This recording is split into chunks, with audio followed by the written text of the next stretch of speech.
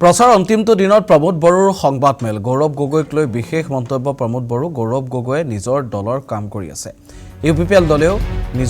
নিজৰ কাম কৰি আছে নিৰ্বাচনত জয় হ'বলৈ প্ৰতিটো প্ৰচেষ্টা হাতত লৈছে বিটিচিৰ 15 জন প্ৰাৰ্থীৰ ভিতৰত 12 জনৰ বিজয় নিশ্চিত বুলি মন্তব্য বিৰোধীৰে মিত্ৰতা সন্দৰ্ভত মন্তব্যৰ পৰা বিৰত থাকিল প্ৰমোদ বড়ো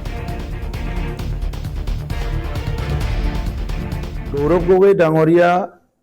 কংগ্ৰেছৰ ইয়াৰ প্ৰেসিডেন্ট হয় সাংসদ হয় তেখেতসকলে নিজৰ দলৰ কাম কাজবিলাক কৰি আছে তাত মোৰ ক'ব লগা নাই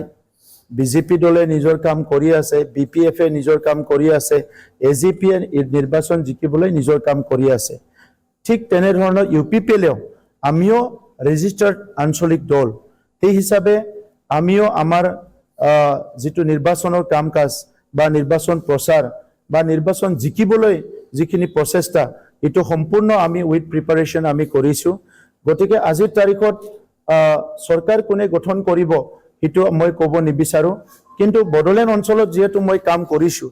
ইয়াৰ পৰা যে আমাৰ 15 জনৰ ভিতৰত 12 জন বিধায়ক জিকিব এটো নিশ্চিত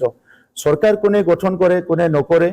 এই ক্ষেত্ৰত কথা পাতিবলৈ যথেষ্ট আমাৰ সময় আছে আৰু ইউপিপিএল দল যেহেতু ইন্ডিপেন্ডেন্ট আমি যিকিনো ডিসিশন ল'ব পাৰো বড়োলেণ্ডৰ 35 লাখ জনগণৰ স্বাৰ্থত আৰু অসমৰ 4.5 কোটি জনগণৰ স্বাৰ্থত ইউপিপিএল দলে যিকিনো সিদ্ধান্ত ল'ব পাৰো গৌৰৱ গগৈ ডাঙৰীয়া কংগ্ৰেছ